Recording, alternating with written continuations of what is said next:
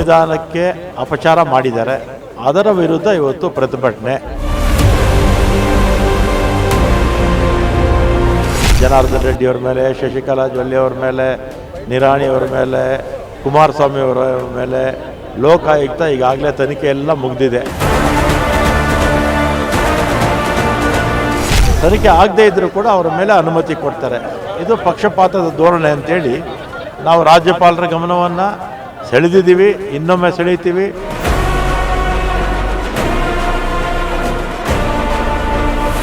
ಸಿದ್ದರಾಮಯ್ಯ ಅವರ ಮೇಲೆ ಯಾವ ತನಿಖೆನೂ ಮಾಡಿಲ್ಲ.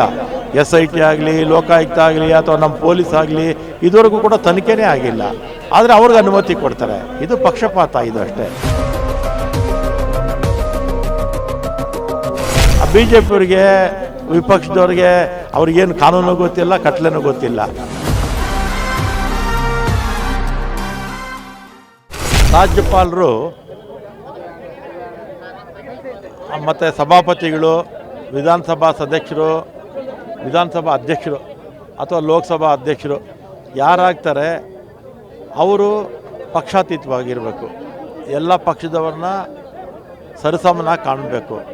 ಅದೊಂದು ಸಂವಿಧಾನಾತ್ಮಕ ಹುದ್ದೆ. ಸಂವಿಧಾನವನ್ನು ಪಾಲಿಸಬೇಕು.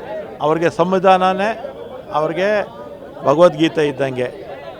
ಆದರೆ ರಾಜ್ಯಪಾಲರು ಕೇಂದ್ರದ ನಾಯಕರುಗಳ ಮಾತು ಕೇಳಿಕೊಂಡು, ರಾಜ್ಯದ BJP ನಾಯಕರ ಮಾತು ಕೇಳಿಕೊಂಡು ಸಂವಿಧಾನಕ್ಕೆ ಅಪಚಾರ ಮಾಡಿದ್ದಾರೆ. ಅದರ ವಿರುದ್ಧ ಇವತ್ತು ಪ್ರತಿಭಟನೆ. ಅಪಚಾರ ಯಾವ ರೀತಿ ಮಾಡಿದ್ದಾರೆ ಅಂತ ಹೇಳಿದರೆ, ಇವತ್ತು 4 ಜನ ಮಾಜಿ ಮಂತ್ರಿಗಳ ಮೇಲೆ, ಜನಾರ್ದನ್ ರೆಡ್ಡಿ ಅವ್ರ ಮೇಲೆ, ಶಶಿಕಲಾ ಜೊಲ್ಲೆ ಅವ್ರ ಮೇಲೆ, ನಿರಾಣಿ ಅವರ ಮೇಲೆ ಮತ್ತು ಕುಮಾರಸ್ವಾಮಿ ಅವರ ಮೇಲೆ ಲೋಕಾಯುಕ್ತ ಈಗಾಗಲೇ ತನಿಖೆ ಎಲ್ಲ ಮುಗಿದಿದೆ. ತನಿಖೆ ಮುಗಿದು ಫರ್ದರ್ ಆ್ಯಕ್ಷನ್ ತಗೊಳ್ಳೋದಕ್ಕೆ ಅನುಮತಿ ಕೇಳಿದ್ದಾರೆ.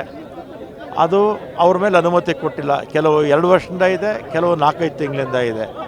ಆದರೆ ಮುಖ್ಯಮಂತ್ರಿಗಳ ಮೇಲೆ ಖಾಸಗಿ ವ್ಯಕ್ತಿಗಳು ಯಾವುದೇ ತನಿಖೆ ಆಗಿಲ್ಲ.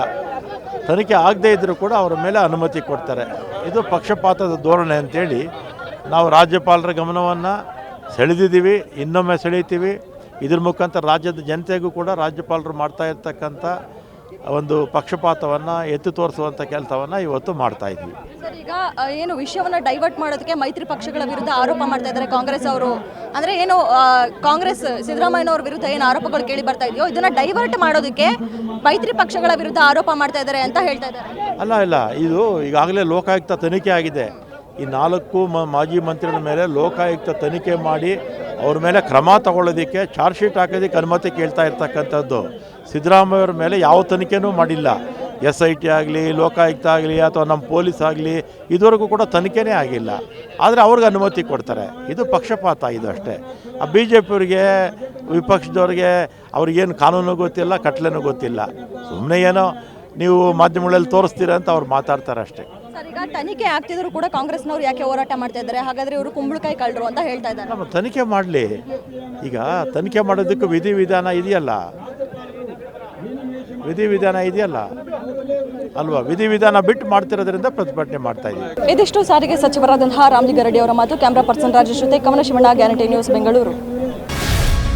ಗ್ಯಾರಂಟಿ ನ್ಯೂಸ್, ಸುದ್ದಿ ಖಚಿತ, ನ್ಯಾಯ ನಿಶ್ಚಿತ.